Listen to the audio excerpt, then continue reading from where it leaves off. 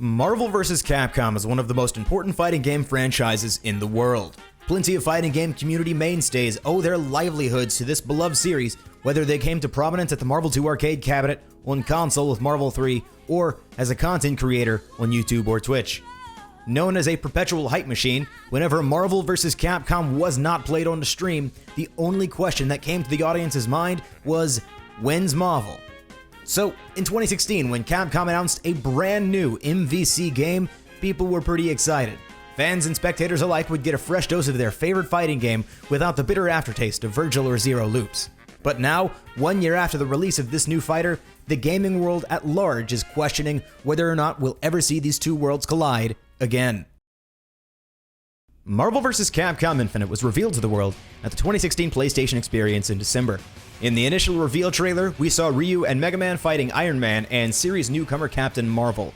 This game was going to break away from recent series tradition, trimming the usual teams of 3 down to teams of 2, and in place of the third character would be an Infinity Stone. These magical objects would serve as a way to either power up your team or put your opponent at a disadvantage.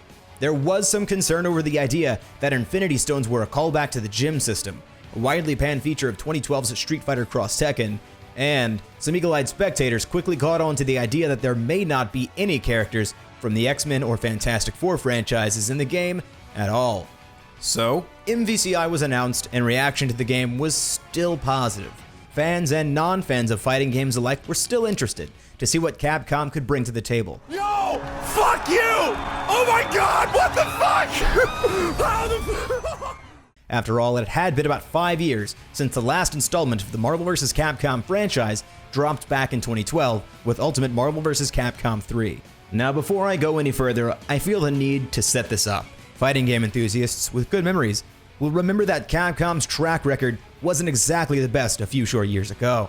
It was widely considered that Capcom botched the Street Fighter V launch between a lack of single-player content, 8 frames of input lag, characters like Ken, Rashid, Laura, and Armika dominating the early days of the game with strong set play and even stronger V-triggers, installing rootkits on their customers' computers a few short months later, and extremely poor communication with players through all of this. Capcom had a lot of work to do to win back some goodwill with the fighting game community.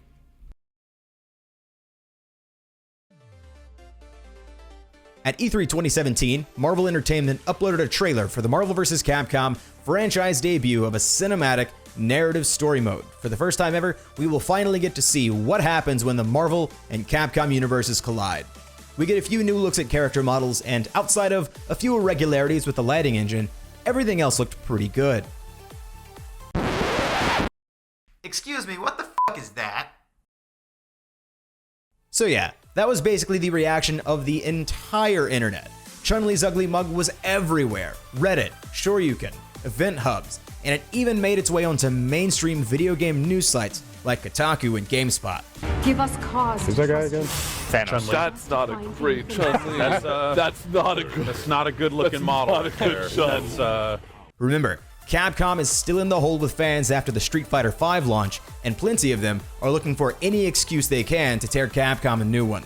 So any negative press is amplified by 10 times or more. This served to open the meme floodgate, and from my research, this was the first major blow against MvCI. It became in vogue to make fun of the game and write it off as a poor quality product based off of the idea that Capcom just didn't learn anything from the Street Fighter V launch.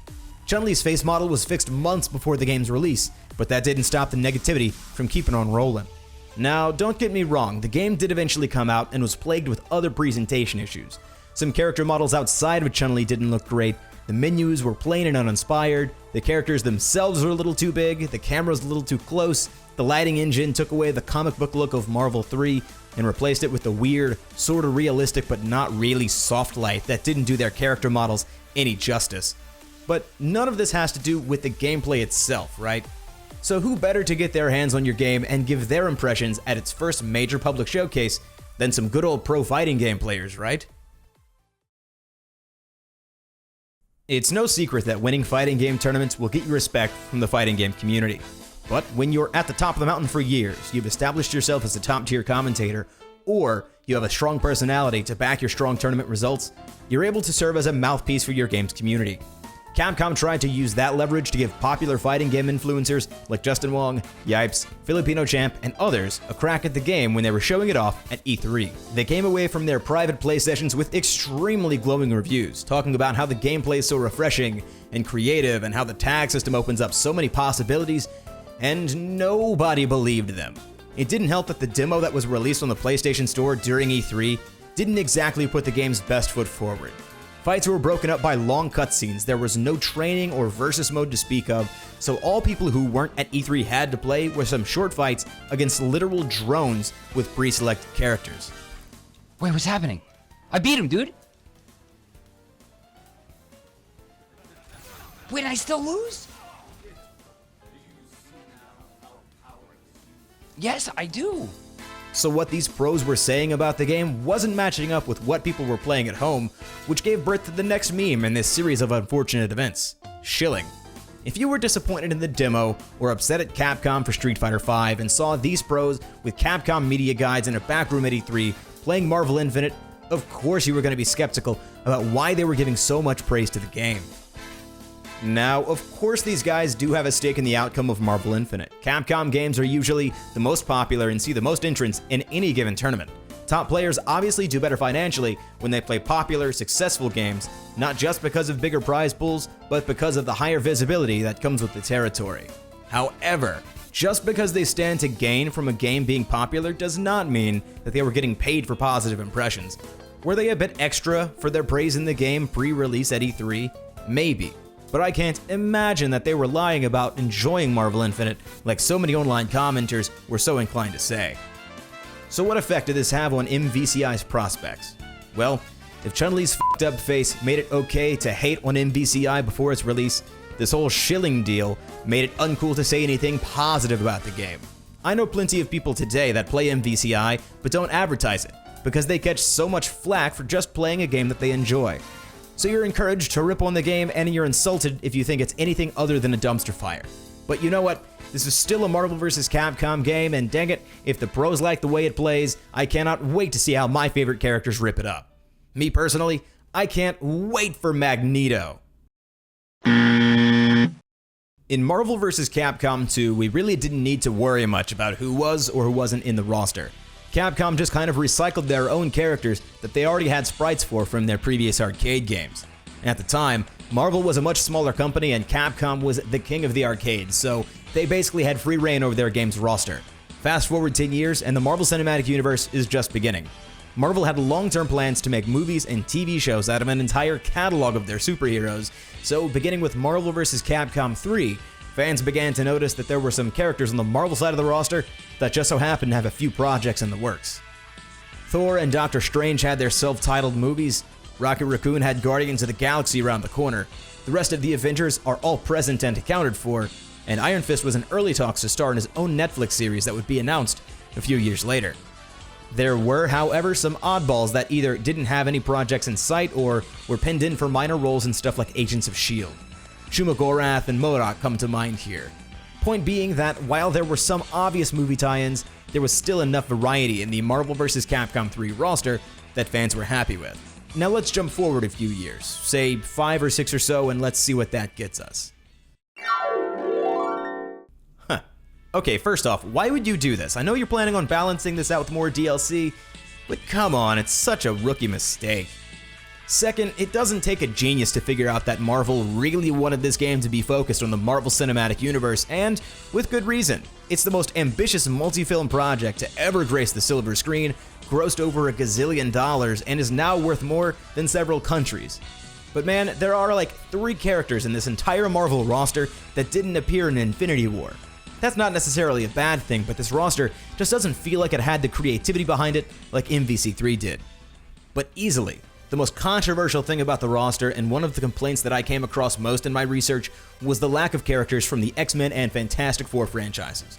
That means no Doctor Doom, Wolverine, Storm, Cyclops, Sentinel, Magneto, and the list goes on. There's so much history here in these franchises when it comes to Marvel vs. Capcom. Some of the best teams in MvC2 were entirely comprised of X-Men characters. One of the best characters in Marvel 3 was Doctor Doom of Fantastic Four fame. And if it wasn't obvious to you before, this is really where Marvel's influence in the Marvel vs. Capcom Infinite roster comes into play. Because you see, 20th Century Fox owns the rights to X-Men and Fantastic Four. Disney, who owns Marvel, wants those franchises so bad to the point that they allegedly stopped letting those characters appear in all video games released after 2014 in order to devalue those franchises so they could buy out those properties for cheaper. Disney eventually just sidestepped that whole issue by buying 20th Century Fox outright. So while these character exclusions are unfortunate, it's Marvel's IP at the end of the day. So what did Capcom have to say about all this? Oh, right. So back in June, Peter Combo Fiend Rojas and Michael Evans, the producers of MvCI, sat down with GameSpot to chat about the game's upcoming launch. This entire interview is now a really interesting read in hindsight. They talk about the reaction to the game at E3, what they were thinking when they were making roster decisions, their passion for the Versus series, and a bunch of more really interesting things. However, when a question was posed that asked, why no X-Men? Combo Fiend gave an answer that lit a fire under fighting game fans. Quote, if you were to actually think about it, these characters are just functions. They're just doing things. Magneto, case in point, is a favorite because he has an 8-way dash and he's really fast, right? So are more technical players, all they want to do is triangle jump and that sort of stuff. Well, guess what? Nova can do the same thing, Captain Marvel can do the same thing, Ultron can do the same thing. Go ahead and try them out. It's just the function that people are associating with the character, and there's no shortage of that. We made sure that all proper playstyles can be represented with our current roster. The design team has been looking at that very closely, and we wanted to make sure that if a legacy character doesn't happen to make it into this roster, that playstyle would still be represented. That somebody who has associated themselves with Magneto wouldn't be lost coming into this title.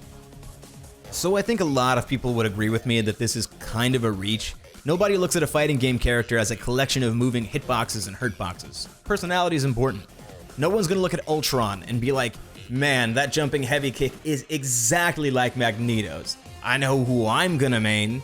No, they want their Pringles guy with the curly mustache, they want the whackbot, they want the attachment to these characters to continue.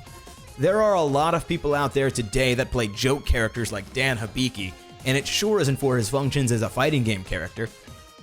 On the other hand, maybe if the roster featured a few more oddballs, a few more Marvel deep cuts, some underexposed characters from the Capcom universe, we wouldn't even be missing the Fantastic Four or the X-Men.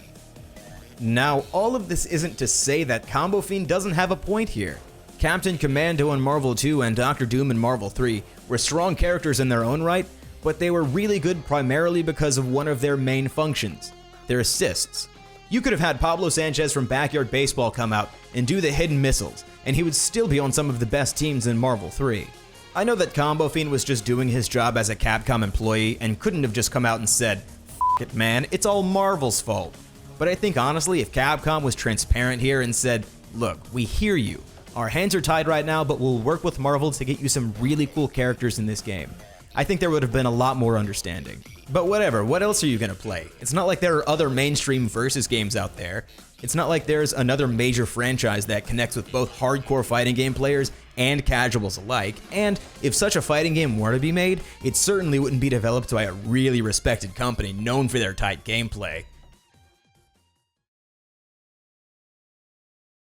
At E3 2017, when Capcom was debuting the story trailer that would give us enough Chun-Li face memes to last a lifetime, Bandai Namco and Arc System Works were about to rock our world with one of the best announcements for a fighting game that we'd ever seen. Holy moly, did this thing ever catch fire!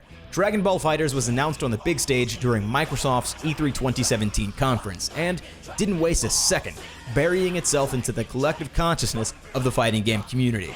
They did so by having an absolutely phenomenal graphical style, looking like they somehow reached into the TV to pluck out near-exact recreations of these beloved characters. There were particle effects and fast-paced action that looked like you were sitting down with a Surge and Toonami after a long day of school. The graphics were on point, and they had playable demos on the floor of E3 that showed convention goers that, yeah, this is still an Arc System Works game, and it plays just as good as it looks.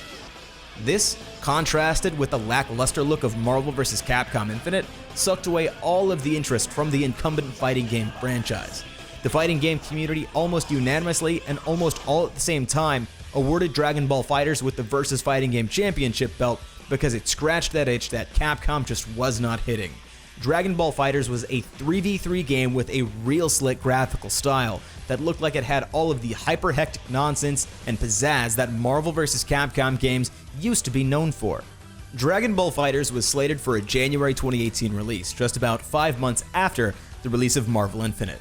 In a cheeky act of competitive jousting, Bandai Namco released a demo of their game the weekend before Infinite was released in stores. Now, this is anecdotal, but so many people that I know, and if I had to guess, so many people that you know, made the decision to completely bypass Marvel vs. Capcom Infinite because there was what was perceived as a better option on the horizon. And that's some really unfamiliar territory for Capcom in the fighting game sphere. It just so happened that there was a versus-style fighting game that not only looks incredible, but utilizes the most beloved anime of all time in a way that captures worldwide attention. And, at the end of the day, this is still an Arc System Works game utilizing a hot Japanese property, meaning that it captured the hearts and minds of top Japanese fighting game players, which is just something that Capcom could never swing with the MvC franchise. So Dragon Ball FighterZ comes out and sells 2.5 million copies in the first 2 months of its release, and ArcSys hasn't looked back since, releasing a first season of DLC characters with a near 100% likelihood of more on the way. Now, there have been some criticisms. Plenty of fighting game players say that the game is linear or the damage is low and that MvCI plays better as a pure versus fighting game. But with a presentation that slick and install base that huge, Dragon Ball FighterZ is a very likely candidate to stay here for a long, long time. These were the factors dragging down Marvel vs. Capcom Infinite. A bevy of PR boo-boos, below-par visuals, and some stiff competition. So how badly did this affect Capcom's bottom line, and what did they do to support the game? Well, let's take a quick look at the things that went down after MvCI's release. MvCI had a rocky road to launch, but once it did, game critics had a lot of nice things to say about it. They heaped praise upon MvCI, or at least the gameplay part of it. The tagging system and Infinity Stone mechanics seemed to really resonate with those that played the game. So many people that I talked to months after the game's launch said that Infinite was one of the most fun fighting games they'd played in years, and one of the best versus games that they'd ever played. But once again, the complaints are always the same: ugly presentation, lackluster sound design, and a weak story mode. Capcom expected Infinite to sell around 2 million units, but after 9 months after its release, only sold half, after plenty of free weekends and discounts. Capcom released an entire season's worth of DLC characters and a set of costumes for the entire roster. However, due to either the game's lack of traction, low sales, or contracts with Marvel, they haven't touched the game in months, with the last update coming to fix an unblockable setup in January of 2018.